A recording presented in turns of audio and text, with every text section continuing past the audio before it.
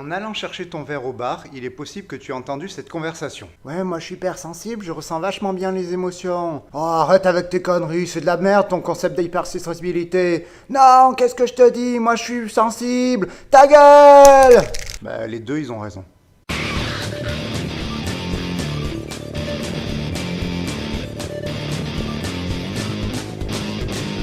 Bon, j'avais pas trop prévu de faire vidéo dessus, mais j'ai eu un déclic un jour, et je me suis dit que cela répondrait aux gens qui n'arrêtent pas de me poser des questions dessus.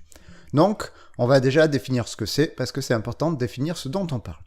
Alors, la sensibilité, c'est la propriété d'un organe ou un être vivant à réagir de façon adéquate aux modifications de milieu si tu prends la définition générale. Et là, ça t'avance pas à grand chose, parce que je pourrais te parler autant de la sensibilité de ta peau à la poussière que de la sensibilité de ton récepteur à red one ou ta sensibilité au coronavirus. Donc en fait, c'est plus précis ce dont on va parler, c'est de l'hypersensibilité définie par Hélène Aron. Alors en français c'est hypersensible, mais en anglais on appelle ça la théorie du Sensory Processing Sensitivity. Je vais dire hypersensible dans le reste de la vidéo, c'est vachement plus simple. Alors c'est quoi l'hypersensibilité selon Hélène Aron?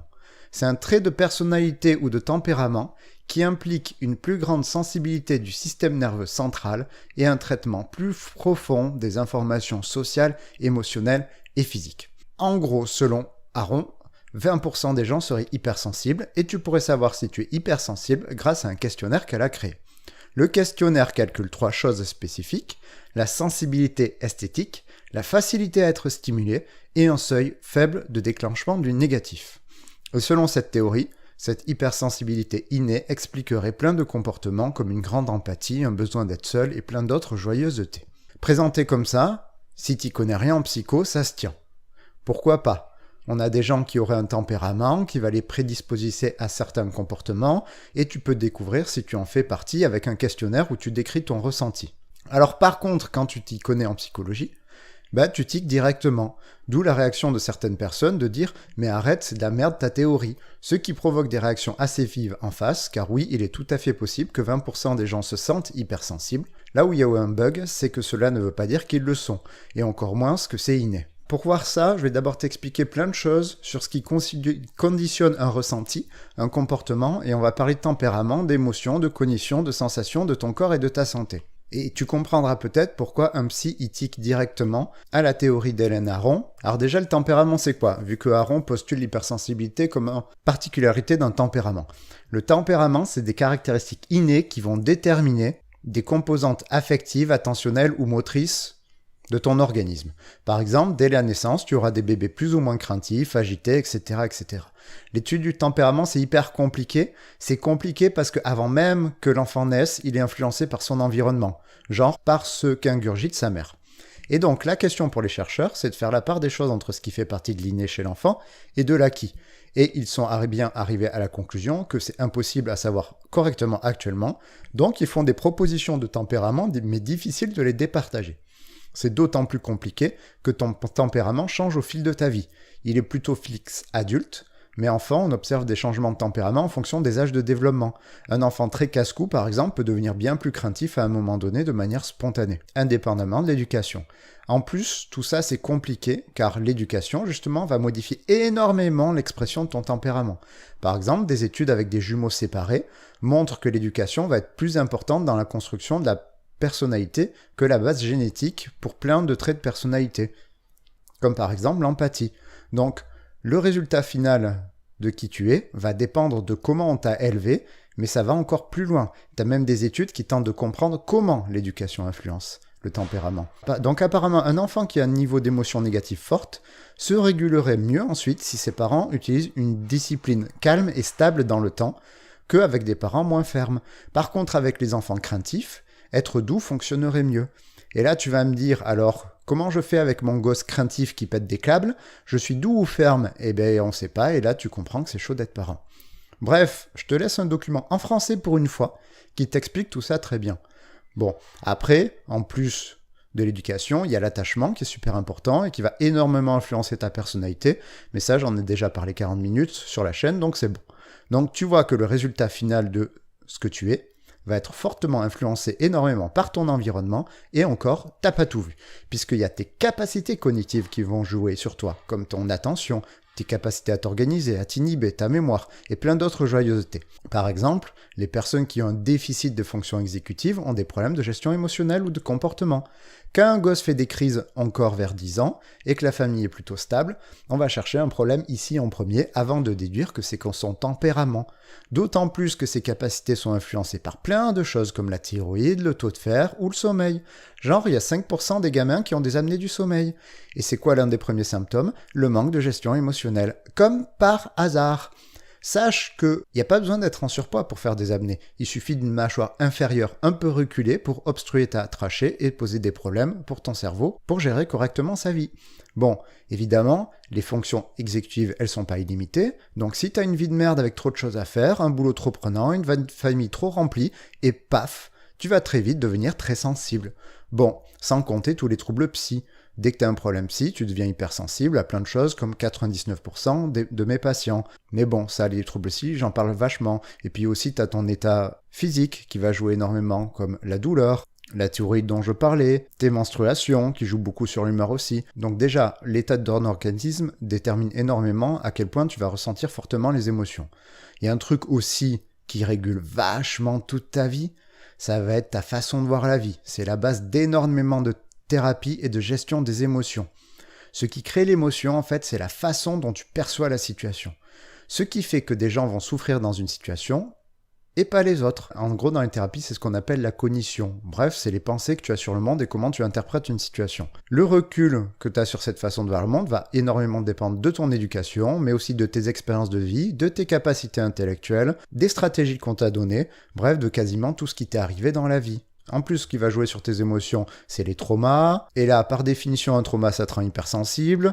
Bon, et aussi, Hélène Aron, elle parle d'empathie, et là, c'est un peu le bordel, puisqu'il y a plein de types d'empathie. Tu as l'empathie motrice, cognitive, émotionnelle, et puis ton empathie, elle va dépendre aussi de ta culture, de tes valeurs, de ta morale, de ton histoire. Parce que genre, quand on te parle d'empathie, toi, t'imagines les gens qui vont se sentir mal en voyant les autres mal.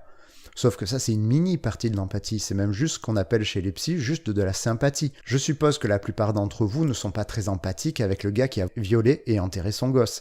Eh bien, peut-être que vous n'êtes pas assez empathique. Et pourtant, chez les psys, c'est ce qu'on apprend à faire pour être empathique avec tout le monde.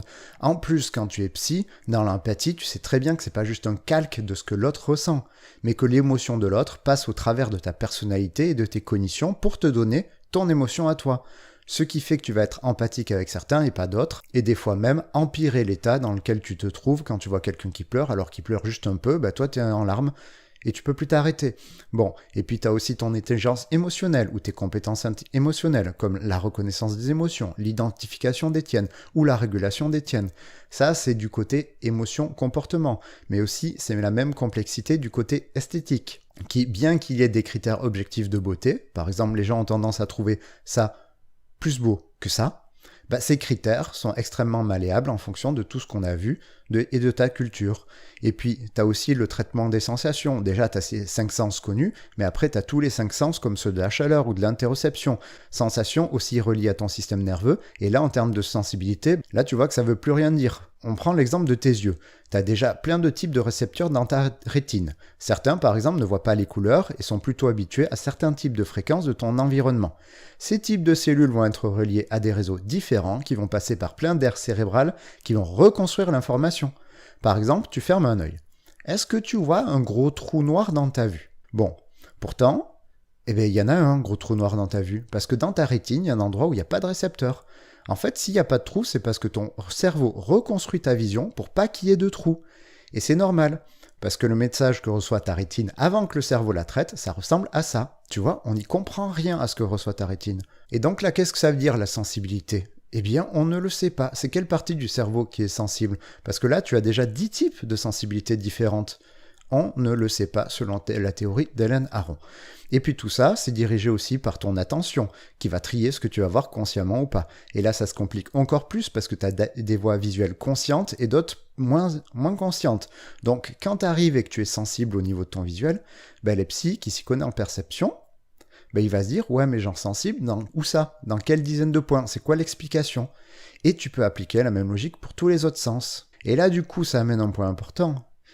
c'est que ce que tu captes du monde, même à un niveau basique tel que la vision, c'est le résultat de milliers d'informations traitées à la seconde et qui passent par plein de filtres avant de donner ce que tu ressens. Et il y a une grosse différence entre ce que tu ressens et ce qui se passe en toi et comment tu fonctionnes. Par exemple, on a remarqué que des gens qui ressentent des émotions fortes, parfois peuvent être hyposensibles. Oui, tu entends bien, tu peux ressentir très fort les émotions parce que ton cerveau aurait un manque de réactivité et compenserait en cherchant de la stimulation avec les émotions. Et là, je t'épargne toutes les interactions entre les différentes parties qui font que tout n'a pas la même influence sur chaque processus. Donc, quand on parle d'hypersensibilité comme un trait qui fait ce que tu es, le psy y tique car il sait que la sensibilité, déjà, il faudrait définir ce que c'est, parce qu'il y en a des centaines de types différents de sensibilité, et qu'il sait aussi que ta sensibilité émotionnelle, c'est le résultat de tous ces processus d'une part, et que d'autre part, la sensibilité de ton œil à la luminosité, c'est pas la même que la sensibilité à une peinture. Est-ce que ça veut dire que l'hypersensibilité selon Hélène Aron n'existe pas? Non, pas forcément, même si ça paraît bizarre. Donc je suis allé voir les études d'Hélène Aron pour voir et vérifier si son hypothèse était plausible. Alors on va le faire en plusieurs points. 1. Est-ce que son questionnaire discrimine réellement les gens qui se sentent sensibles? Oui, il y a pas mal d'études sur la validité du questionnaire, assez pour lui faire confiance pour voir si tu es quelqu'un qui a des émotions qui montent très vite, allié à une sensibilité à l'art et sensible au négatif. Est-ce que ces 3 facteurs dont parle Hélène Aron sont liés entre eux? Oui, parce que les études sur la validité du questionnaire le montrent. Maintenant, on n'a pas d'explication sur pourquoi ces 3 facteurs sont liés. Hélène Aron parle du tempérament, mais comme on va le voir par la suite, c'est sûrement pas aussi simple. Ensuite, premier gros problème de la théorie d'Aron, c'est est-ce que le ressenti reflète ce qui se passe en nous?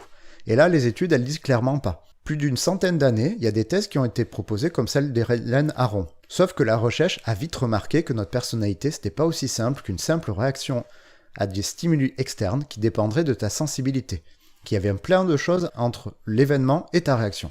Déjà, les chercheurs, ils ont remarqué que ce qu'on ressent peut être dissocié de notre corps et de notre sensibilité corporelle. C'est-à-dire que tu peux te sentir très stressé sans que ton corps le soit, d'où le fait qu'il y a 70 ans déjà, les chercheurs disaient qu'on ne peut se fier seulement au ressenti pour décrire ce que vit une personne et ce qui se passe en elle. D'ailleurs, en psychopatho, dans les critères des troubles mentaux, la proportion de symptômes liés à ton ressenti est plutôt faible. Ils ont fait aussi des expériences où ils demandaient des gens au ressenti en calculant leur sensibilité corporelle et on voit une différence entre la sensibilité consciente des gens et la sensibilité de leur corps. Et après, tu as plein de contre-exemples de la théorie d'Hélène Aron dans la littérature. Chez les borderline, par exemple, c'est des personnes excessivement sensibles émotionnellement de l'extérieur. On voit dans l'IRM, pourtant, qu'ils ne sont pas plus sensibles que nous à l'abandon, par exemple. Mais que c'est que leur capacité à gérer les émotions qui en découlent est diminuée, comme chez les TDAH, d'où le lien fort entre TDAH et borderline selon les chercheurs. Chez les hauts potentiels, on remarque parfois, les gens qui ont un QI plus élevé, on remarque parfois une meilleure ouïe, mais elle n'est pas due apparemment à une plus forte sensibilité de leur système perceptif, mais elle est due à une plus forte inhibition des sensations non pertinentes. Ils entendent mieux parce qu'ils arrivent à moins s'entendre, ce qui n'est pas important. Et le plus flagrant, comme je t'en ai déjà parlé, c'est les données sur l'intensité affective, où des gens hyposensibles peuvent ressentir les choses plus fortement. Et tu peux te rendre bien compte, clairement en voyant le schéma que je t'ai présenté, au final, est-ce que tu es capable de ressentir clairement tout ce qui se passe en toi? Non. Car ton ressenti conscient ne rend pas compte de ce qui se passe en toi. Et clairement, un manque de réactivité de certains de tes processus peut donner une sensibilité perçue plus forte. Ce qui rend compliqué de penser plausible la théorie d'Hélène Aron pour pas mal. Autre point. On pourrait partir du principe qu'effectivement, il y aurait quelque chose qui influence tout cela. Que le tempérament influence tout cela. Ça paraît très peu probable, mais on ne sait jamais par miracle. Alors, il faudrait trouver quel mécanisme influence tout ça. Et quel mécanisme fait que, par exemple, une personne qui est plus sensible au bruit serait plus empathique? Est-ce que Hélène Aron propose une explication? Pas du tout. Alors on pourrait se dire par exemple que c'est la vitesse de traitement, parce que on pourrait dire plus tu vas vite, plus tu réagis rapidement, et donc plus tu vas vite, mieux tu entends les sons et plus tu es empathique. En plus, on a des tests de neuropsy de vitesse, et on a des tests de neuropsy d'empathie, et on a des tests de neuropsy de reconnaissance des émotions. On pourrait voir si les gens hypersensibles selon Aron sont ceux avec la vitesse de traitement le plus rapide. Mais en fait non, dans ces études, les tests ne montrent pas ça. Et d'ailleurs, il n'y a aucune étude qui montre que toutes ces caractéristiques sont corrélées entre elles, c'est-à-dire qu'elles vont ensemble. D'ailleurs même, on peut très bien voir que des personnes ont une empathie cognitive très forte et une empathie émotionnelle très faible. Et comme on peut voir des gens qui ont une capacité très élevée et d'autres capacités très basses. Donc comment ça marcherait l'hypersensibilité sur le nez aron? Mais en fait, on n'a aucune explication. Bon, ok, elle n'a pas d'explication, elle n'a pas de données, mais ça ne veut pas dire qu'elle n'a pas trouvé quelque chose. Et ça ne veut pas dire que le phénomène n'existe pas. Les gens parlent bien des fois de tempérament sans forcément proposer tous les mécanismes qui vont jouer par la suite. Et comme je t'ai présenté en début de vidéo, les études sur le tempérament, ça date depuis un paquet d'années.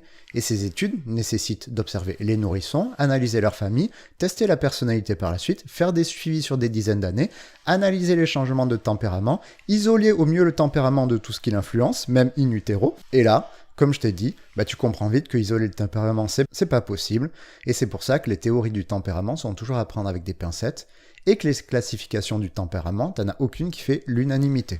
Bon, mais est-ce que Hélène Aron, elle a fait tous ces types d'études? Eh bien, en fait, il n'y a rien du tout. Bref, on n'a pas d'explication sur la sensibilité, on n'a aucune preuve que le ressenti définisse exactement ce qui se passe en toi et ne soit pas finalement le résultat de tout ce qui se passe en toi. Hélène Aron ne prend pas en compte ce qui a été fait sur les études sur le tempérament. Donc, la théorie de l'hypersensibilité en tant que tempérament ou même trait de personnalité est très peu plausible actuellement. Bon, par contre, est-ce que le questionnaire peut te dire si tu as tendance à ressentir des émotions fortes? Ben oui. Par contre, ce qui est dérangeant, c'est qu'on va te faire croire que cela fait partie de toi, alors que c'est le résultat de milliers de facteurs, dont certains peuvent même être modifiés, car en thérapie des hypersensibles qui se mutilent et qu'on découvre juste TDAH, ou que l'on rend tout à fait stable au niveau des émotions, il y en a un paquet.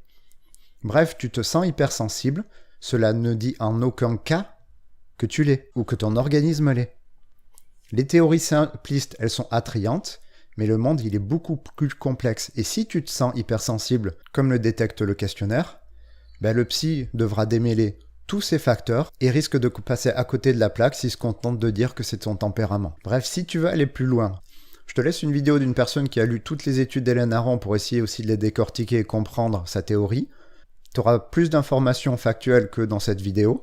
Et si effectivement tu as fini cette vidéo parce que tu es hypersensible, sache que c'est compliqué, mais qu'en tout cas, le questionnaire ne définit absolument pas ce que tu es et où tu vas dans la vie. Pour ceux qui veulent plus d'informations sur la psychologie, il y a ma chaîne et déjà plein de vidéos dessus. Bonne journée!